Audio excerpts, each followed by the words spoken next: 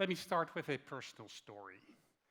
And the reason I'm telling a personal story, because I feel business transformation, but also circular transformation, starts here, not here.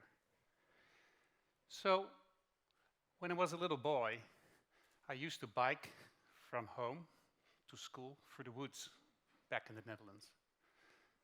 And I can still vividly recall the fresh smell of the needle pines, the squirrel running over the bike path, taking in the cold, fresh air. And me standing there in front of this big oak tree and feeling one with nature.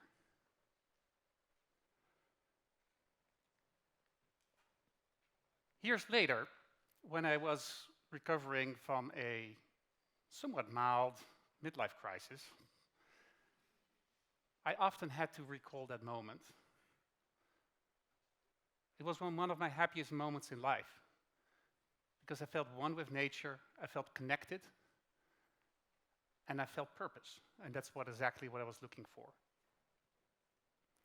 And the interesting thing, of course, about nature is there's no waste. It's circular by nature. So, from that point, I started looking at the world with different eyes and just realized, just over the last 200 years, what we now accept as normal, how crazy it truly is.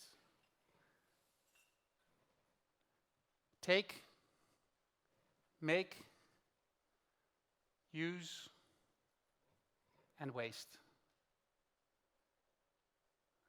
And where does it leave us? This is us, ravaging nature, overconsumption. Will soon look like this, by the way. Polar bears snacking on garbage as opposed to fish. Turmoil. Pollution on the beaches. And, as a result, a lot of people on the move. Of course, this is crazy. If you think about that and you look at with that perspective, what you now have accepted as normal. So, this tune came to mind, and I'll try to sing it for you. And I think by myself, what a linear world.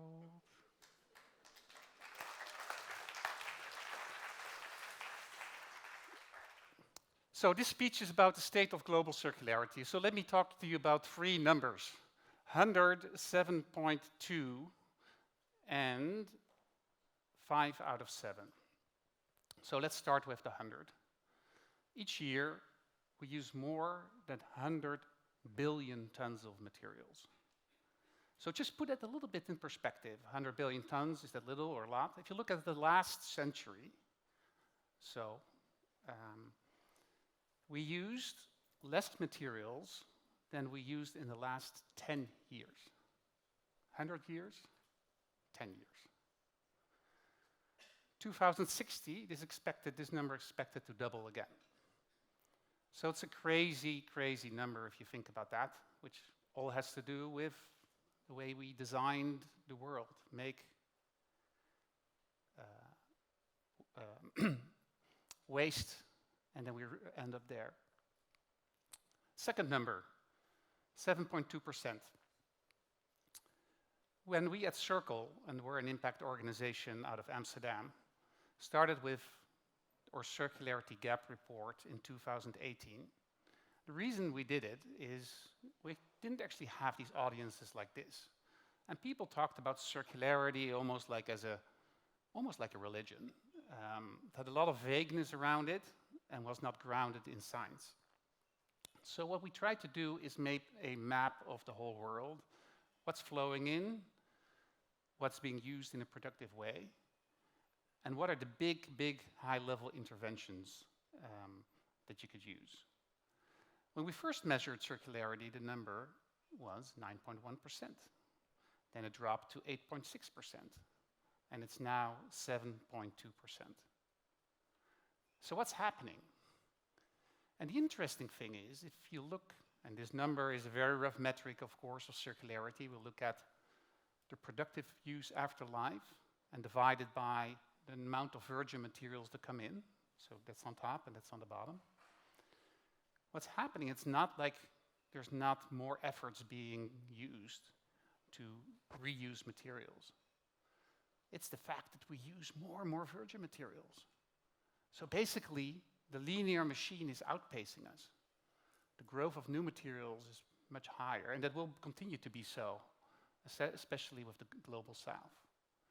And if we don't design circularity in, and I think there's going to be a real interesting session on that, a lot of those virgin materials will be very hard to capture in a later phase. The last number is 5. And 5 has to do with that we're currently breaching 5 out of the 7 planetary boundaries. And there's some good news there as well. If we would double the number of circularity, we could actually get back within the planetary boundaries. So we have to do 2 things. We have to drop material consumption by about 30%. These are all rough numbers. And we have to double circularity. So a lot of that, this is in much more detail in the Circularity Gap Report. So how do we do that? Well, the benefit of being one of the first speakers and having this prestigious title of the State of Circularity, I've never had this title before, is that I can talk about the high level, which is much easier because the devil's in the details, and there will be a lot of details. But on the highest level, we basically need to do 4 things, 4 big interventions across 4 global systems. So 4 times 4 is 16 things. So let me talk you through them. The first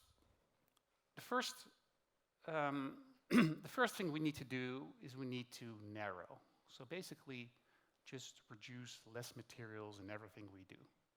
So live in smaller houses, use the bike as opposed to, a very heavy car or 2 or 3 cars.